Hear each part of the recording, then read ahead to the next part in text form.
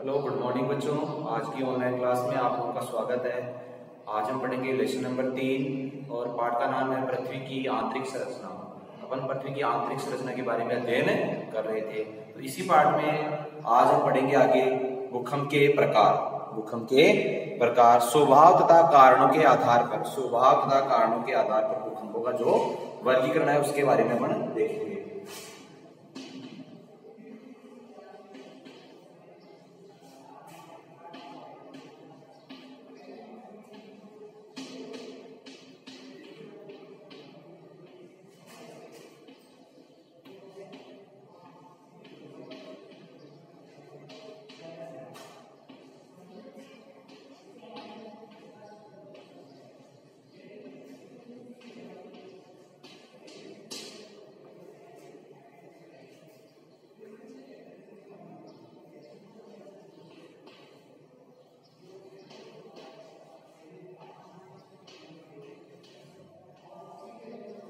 स्वभाव तथा कारणों के आधार पर भूकंपों का वर्गीकरण। स्वभाव तथा कारणों के आधार पर जो भूकंपों का वर्गीकरण किया गया है वो 3 भागों में किया गया है, जिनमें से सबसे पहला अपन पढ़ेंगे 1 नंबर पे कृत्रिम भूकंप।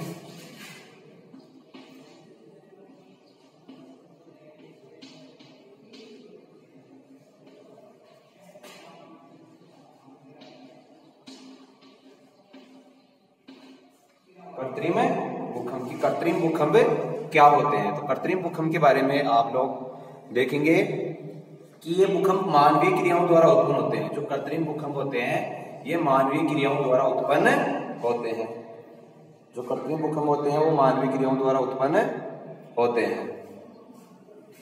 इन भूकंपों का प्रभाव स्थानीय क्षेत्रों पर ही होता है। ये जो भूकंप होते हैं इनका जो प्रभाव होता है वो स्थानीय क्षेत्रों पर ही होता है और इनकी तीव्रता बहुत कम होती है। इन भूकंपों की जो तीव्रता होती है वो बहुत कम होती है।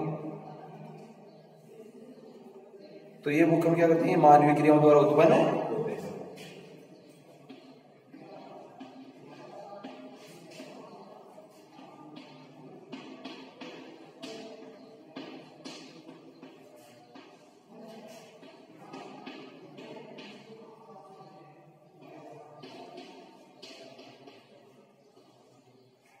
कृत्रिम भूकंप क्या होती है? मानवीय क्रियाओं द्वारा उत्पन्न होने वाले भूकंप होते हैं और इनका प्रभाव स्थानीय क्षेत्रों पर ही होता है।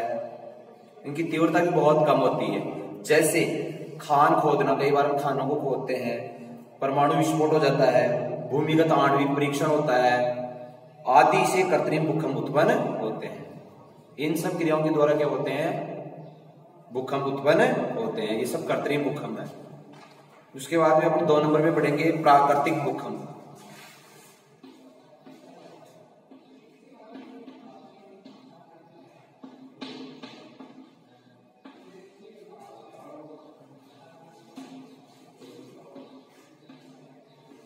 प्राकृतिक भूकंप, ये भूकंप प्राकृतिक कारणों से उत्पन्न होते हैं। ये भूकंप क्या होते हैं? प्राकृतिक कारणों से उत्पन्न होते हैं, जो निम्न प्रकार से है। ये भूकंप प्राकृतिक कारणों से उत्पन्न होते हैं। इनको निम्न भागों में इनका वर्गीकरण किया गया है। जो प्राकृतिक भूकंप है इसका जो पहला भाग है वो है ज्वालामुखी भूकंप।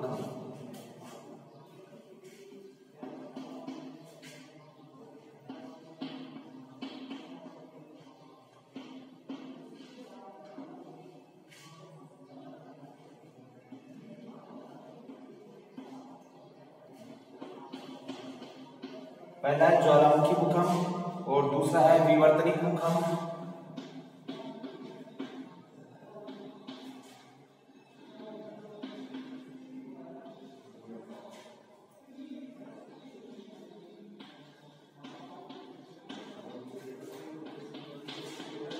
और तीसरा है संतुलन भूकंप। संतुलन मूलक भूकंप।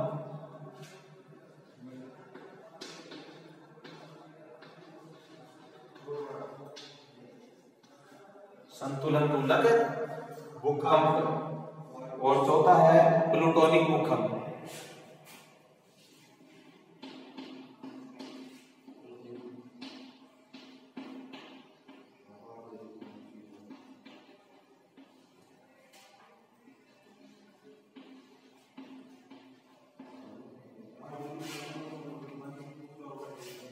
जो प्राकृतिक भूकंप है, इन प्राकृतिक भूकंपों को 4 भागों में बांटा गया है। ज्वालामुखी भूकंप, विवर्तनिक भूकंप, संतुलन मूलक भूकंप और प्लूटोनिक भूकंप। इन चारों के बारे में एक के बारे में हम पढ़ेंगे।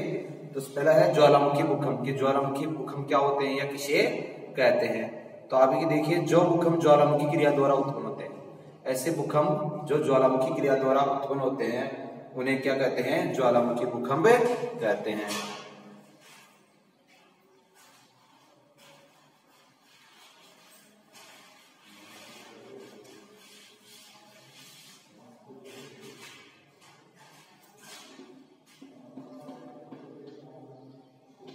ऐसे भूकंप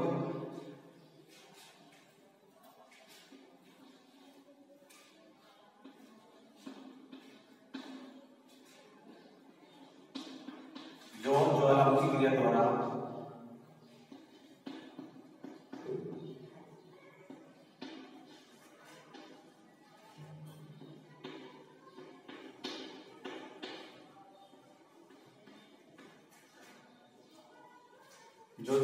क्रिया द्वारा उत्पन्न होते हैं।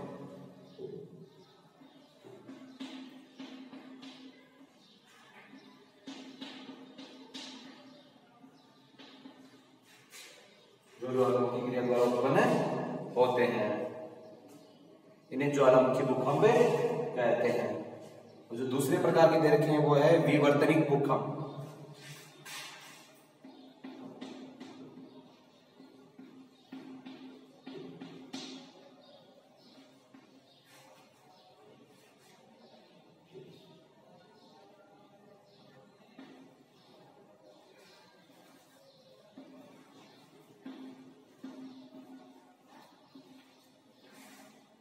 विवर्तनिक भूकंप, तो विवर्तनिक भूकंप क्या होते हैं, तो देखिए ये संरचनात्मक भूकंप है।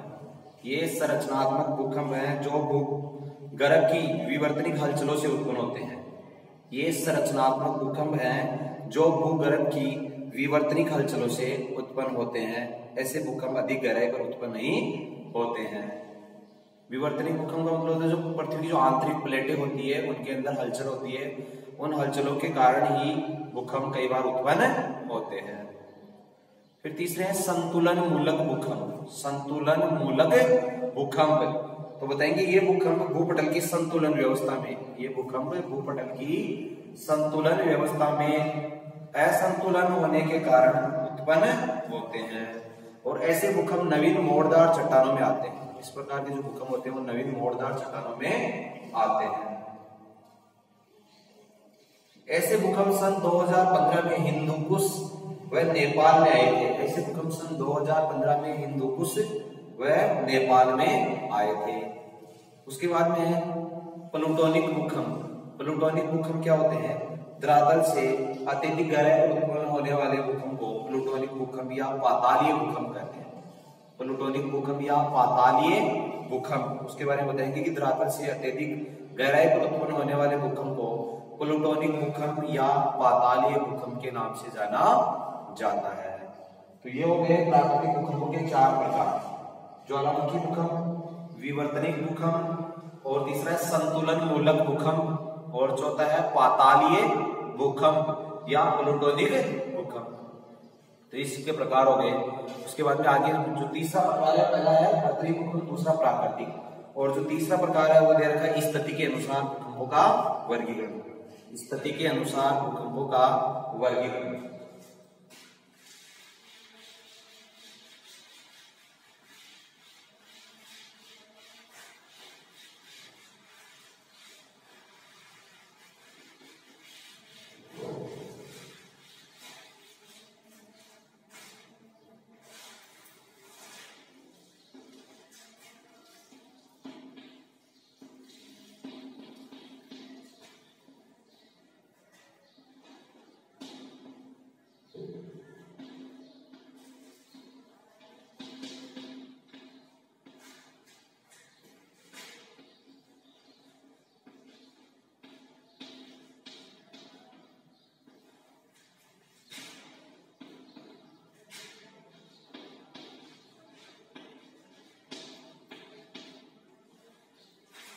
स्थिति के अनुसार भूकंपों का वर्गीकरण। तो देखिए स्थिति के अनुसार भूकंपों को दो भागों में बांटा गया है, स्थलीय भूकंप और समुद्री भूकंप।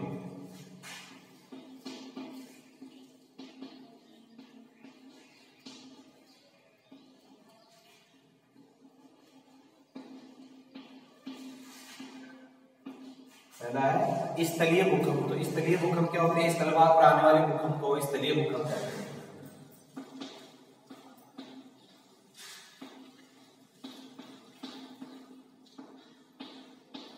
स्थलभाग पर आने वाले भूकंप को स्थलीय भूकंप कहते हैं।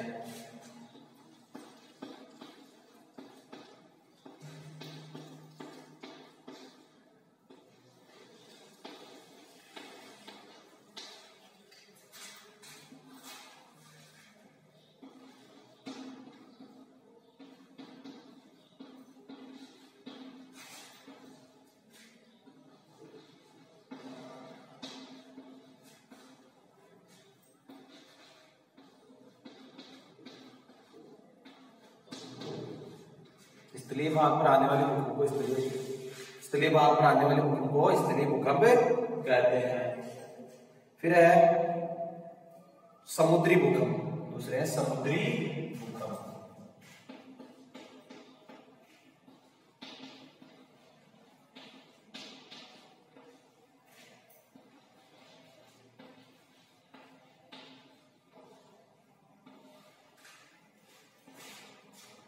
समुद्री भूकंप। तो देखिए समुद्री भूकंप क्या होते हैं? समुद्र में आने वाले भूकंप को समुद्र में आने वाले भूकंप को समुद्री भूकंप कहते हैं।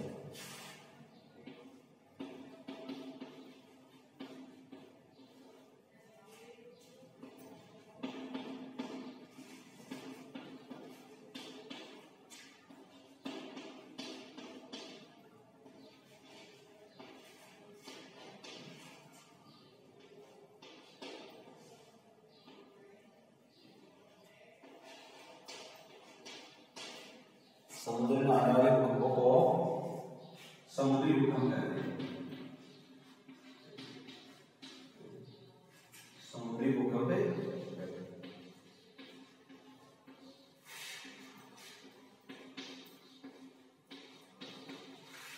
समुद्री भूकंप कहते हैं।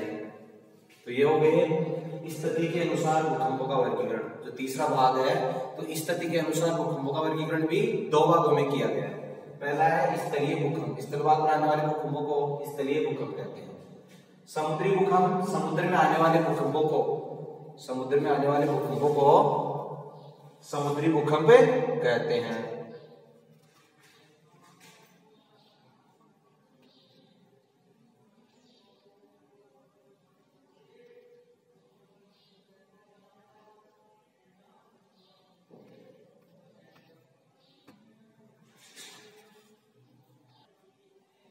इसके बाद में अपना अगला टॉपिक है कि सुनामी लहरें क्या होती है। ये तो हो गया भूकंपों का वर्गीकरण।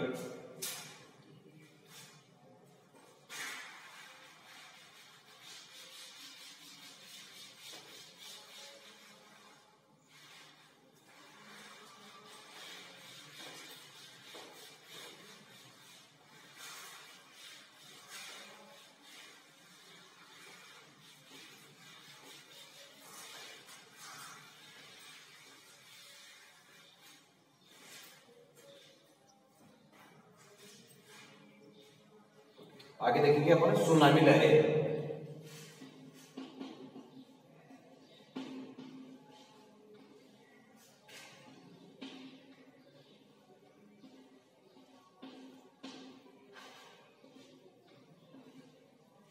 सुनामी लहरें क्या होती है? तो भूकंप के कारण समुद्र में उठने वाली लहरों को सुनामी लहरें कहते हैं।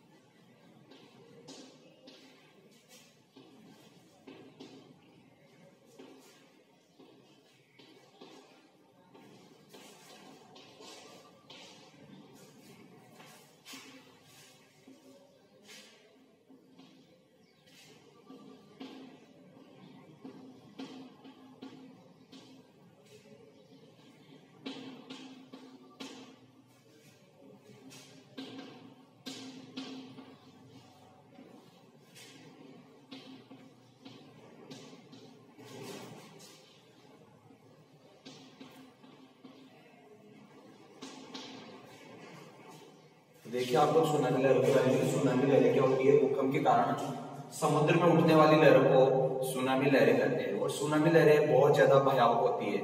एक बार 26 दिसंबर 2004 को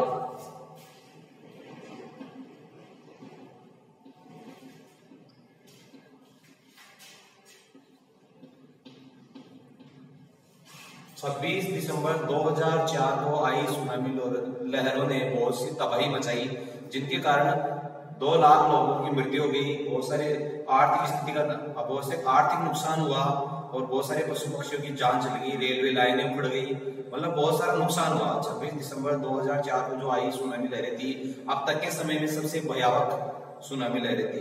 इन सुनामी लहरों ने रेल की पटरियों को यूं घुमा दिया, मतलब इतनी भयावह थी, बहुत ज्यादा। तो आप लोगों ने देखा कि सुनामी लहरें कितनी खतरनाक होती है, कि समुद्र में जो लहरें उठती है बहुत भयावह होती है। तो आप लोगों ने देखा ये सुनामी लहरें होती है। आगे हम अगला टॉपिक जो देखेंगे वो है भूकंपों का प्रभाव। भूकंपों का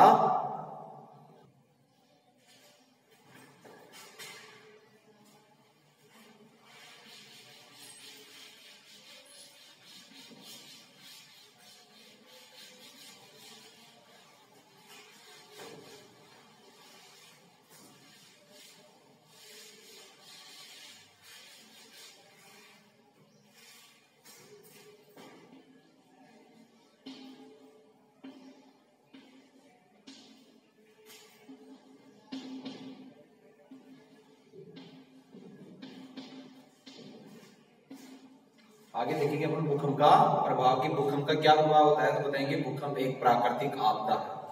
भूकंप एक प्राकृतिक आपदा है।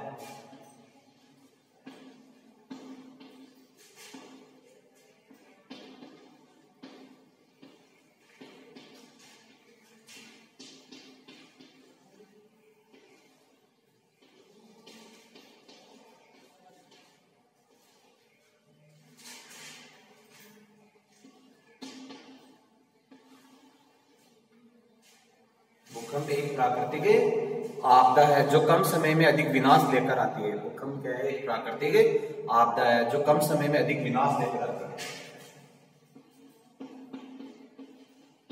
जो कम समय में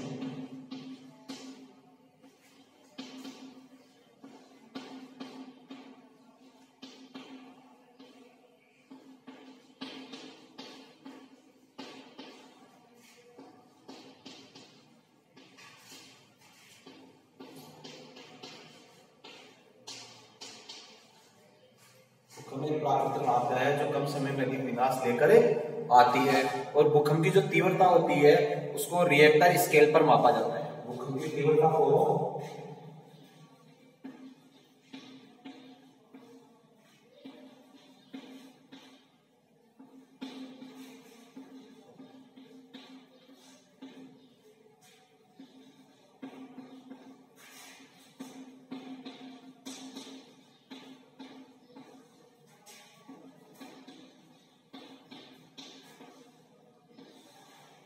भूकंप की जो तीव्रता होती है उसको रिएक्टर स्केल के ऊपर मापा जाता है। और इस पर 0 से लेकर 9 तक जो बिंदु होते हैं, आगे का प्रत्येक बिंदु पिछले एक बिंदु से 10 गुना अधिक तीव्रता व 31.6 गुना अधिक ऊर्जा पैदा करता है। भूकंप मानव के लिए विनाशकारी होते हैं। भूकंप मानव के लिए बहुत ज्यादा क्या होते हैं, विनाशकारी होते हैं। तो ये क्या है, भूकंप का जो प्रभाव है। आगे देखेंगे कि भूकंपीय आपदा से होने वाले प्रकोप।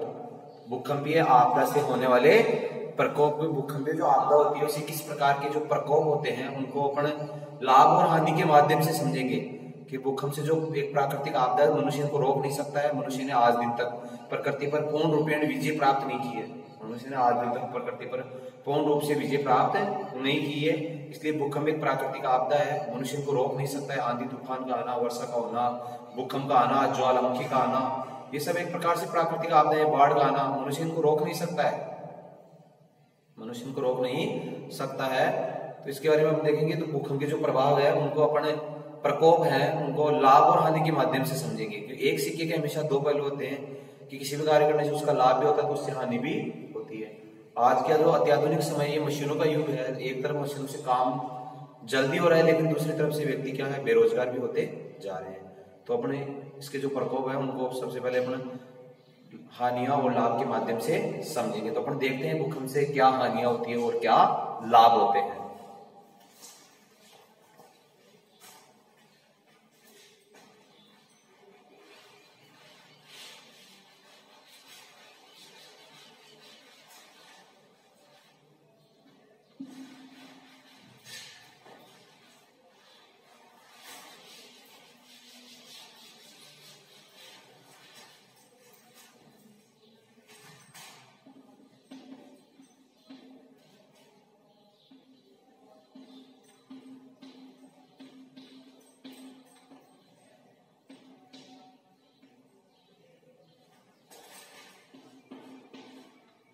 तो पहला टॉपिक अपन देखेंगे भूकंप से हानियां, कि भूकंप से क्या क्या हानियां होती है उनके बारे में आप लोग देखो। कि भूकंप से हानियों में मानव द्वारा निर्मित सांस्कृतिक भूदृश्यों का विनाश हो जाता है। मानव के द्वारा निर्मित सांस्कृतिक भूदृश्यों का विनाश हो जाता है। वे सांस्कृतिक भूदृश्य क्या होते हैं? आप लोगों ने पहले पढ़ा होगा कि मैंने आप लोगों को बताया कि प्राकृतिक भूदृश्य और सांस्कृतिक भूदृश्य क्या होते हैं। आप लोगों को जो पर्वत, पठार, मैदान, नदियां, झीलें, तालाब, वनस्पति ये सब दिखाई दे रहे हैं, ये सब प्राकृतिक भूदृश्य हैं। पर्वत, पठार, मैदान, नदियां, झीलें, तालाब, वनस्पति ये सब दिखाई दे रहे हैं आप लोगों को, ये क्या है? प्राकृतिक भूदृश्य है। और मनुष्य अपनी सुख सुविधा के लिए इन प्राकृतिक भूदृश्यों को ही सांस्कृतिक भूदृश्यों में बदलता है। जैसे कोई पहाड़ है, उसमें से मनुष्य ने रेलवे लाइन डाल दी पहाड़ को काट कर, तो सांस्कृतिक भूदृश्य का उदाहरण हो गया। कोई पहाड़ के अंदर से मनुष्य ने सुरंग बना ली, सुरंग के नीचे से गाड़ियां निकलने लग गई, तो वो किसका उदाहरण हो गया? सांस्कृतिक भूदृश्य का उदाहरण हो गया। तो मनुष्य, नदियों का जो बहता हुआ जल है वो सांस्कृतिक भूदृश्य का उदाहरण है। लेकिन मनुष्य ने खेती करने के लिए उस बहती हुई नदी को, जल को बांध बनाकर रोक लिया, तो जो बांध है वो सांस्कृतिक भूदृश्य का उदाहरण हो गया। पहाड़ों में से मनुष्य ने पत्थर लाके अपने लिए मकान बना लिए, बिल्डिंग बना ली, स्कूल की बिल्डिंग हो, घर का मकान हो, ये एक सांस्कृतिक भूदृश्य का उदाहरण है। क्योंकि मनुष्य ने प्राकृतिक भूदृश्य जो पर्वत था वहां से पत्थर लाया और उनको लाकर सांस्कृतिक में बदल लिया, अपनी सुख सुविधा के लिए मकान बना लिए। तो जो बिल्डिंग हो, चाहे स्कूल की हो, घर का मकान हो, इसका सांस्कृतिक भूदृश्य का उदाहरण है। तो भूकंप से हानियों में पहली हानि आप बताएंगे कि मानव द्वारा निर्मित सांस्कृतिक भूदृश्यों का विनाश होता है। मनुष्य के द्वारा निर्मित जो सांस्कृतिक भूदृश्य होते हैं उनका भूकंप के द्वारा क्या हो जाता है? विनाश हो जाता है। और जो दूसरी हानि है वो आप लोग बताएंगे नगरीय व ग्रामीण बस्तियों का विनाश। नगरीय व जो ग्रामीण बस्तियां होती है उनका भी विनाश हो जाता है। कई बार जंगलों में आग लग जाती है भूकंप के कारण। कई बार जो सूखे पेड़ है आपस में टकरा जाएंगे, तो उससे क्या होता है? मान लो भूकंप आया और भूकंप के कारण पृथ्वी में कंपन हुआ, और कंपन के कारण दो जो सूखे पेड़ आपस में क्या, उनमें रगड़ हो जाएगी, और पेड़ों में रगड़ होने के कारण क्या होता है? उनमें अचानक से कई बार आग लग जाती है, तो बहुत सारे पशु पक्षियों को मृत्यु हो जाती है। और जंगल में आग लगने से बहुत सारे, उसमें बहुत ज्यादा जंगल के मतलब जंगल खाक हो जाते हैं, एक प्रकार से बहुत ज्यादा उसमें नुकसान होता है, आर्थिक नुकसान भी होता है। फिर नदियों के मार्ग में परिवर्तन, कई बार नदियों के जो मार्ग होते हैं उनमें भी परिवर्तन हो जाता है। भयंकर बाढ़ का आना, नदियां अगर मार्ग में परिवर्तित कर लेती है तो कई बार जिन जगहों में बाढ़ आने की कोई संभावना नहीं रहती वहां बाढ़ आ जाती है। फिर भूस्खलन होना।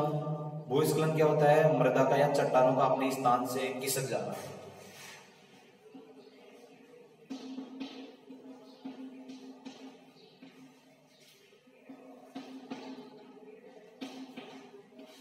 भूस्खलन क्या होता है? मृदा का या चट्टानों का अपने स्थान से खिसक जाना। कई बार क्या होता है, जैसे रेलवे लाइन पहाड़ों के बीच से गुजर रही है, तो वहां क्या कई बार चट्टानें भूकंप के कारण खिसक जाती है और रेलवे लाइन के ऊपर आ जाती है।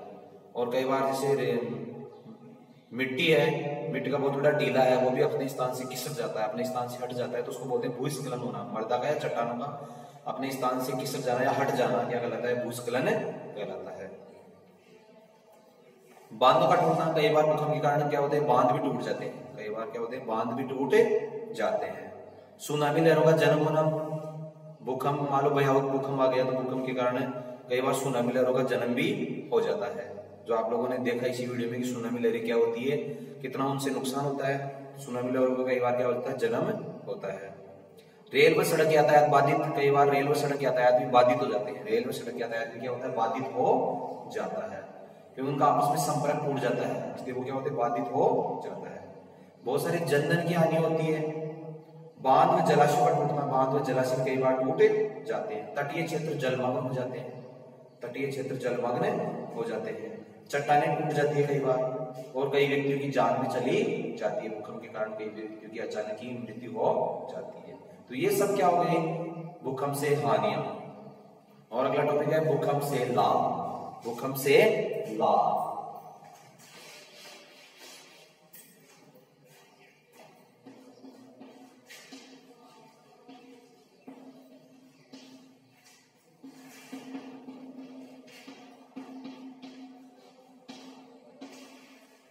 आप देखेंगे भूकंप से हानियां देखिए, तो भूकंप से लाभ क्या होते हैं, बहुत सारे भूकंप से लाभ भी होते हैं, एक सिक्के से दो पहलू होते हैं। हानियां होती है तो लाभ भी होते हैं। तो देखिए लाभ कौन कौन से होते हैं। भूकंप से नई झीलों का निर्माण होता है। भूकंप से कई बार चट्टानें टूट जाती है, नई झीलें बन जाती है, उनमें वर्षा का पानी आके रुक जाता है, तो क्या नई झीलें बन जाती है। चट्टानों के टूटने का नई मृदाओं का निर्माण, भूकंप से कई बार चट्टानें टूट जाएगी और नई मृदा का निर्माण होता है, और मृदा का निर्माण होने में लाखों करोड़ों वर्षों का समय लगता है मृदा को बनने में। तो मृदा की जो निर्माण की प्रक्रिया है बहुत लंबे समय तक चलती है। अनेक खनिज पृथ्वी की गहराई से ऊपर आ जाते हैं। भूकंप के कारण अनेक प्रकार के जो खनिज हैं पृथ्वी के जो गर्भ में छुपे हुए हैं वो पृथ्वी के ऊपर आ जाते हैं, और भूकंप के कारण ऊंचे क्षेत्र नीचे हो जाते हैं और नीचे ऊपर हो जाते हैं। ऐसा भी होता है भूकंप के कारण नीचे क्षेत्र ऊपर और ऊंचे क्षेत्र नीचे हो जाते हैं। भूकंप के समय ज्वालामुखी उद्गार द्वारा जो लावा मिट्टी का निर्माण होता है, जो कपास की खेती के लिए होती है, लाभदायक होती है। और चट्टानों में दरारों का निर्माण होने से उसमें पानी भर जाता है। भूकंप से पृथ्वी की आंतरिक संरचना को समझने में सहायता मिलती है। भूकंप के कारण पृथ्वी की आंतरिक संरचना को समझने में सहायता भी मिलती है। तो आप लोगों ने देखा भूकंप से लाभ और भूकंप से हानियां। आगे का हमारा जो टॉपिक है वो हम पढ़ेंगे भूकंप की आवृत्ति के बारे में और पृथ्वी की संरचना के बारे में। आज क्लास में यहीं तक पढ़ेंगे। धन्यवाद।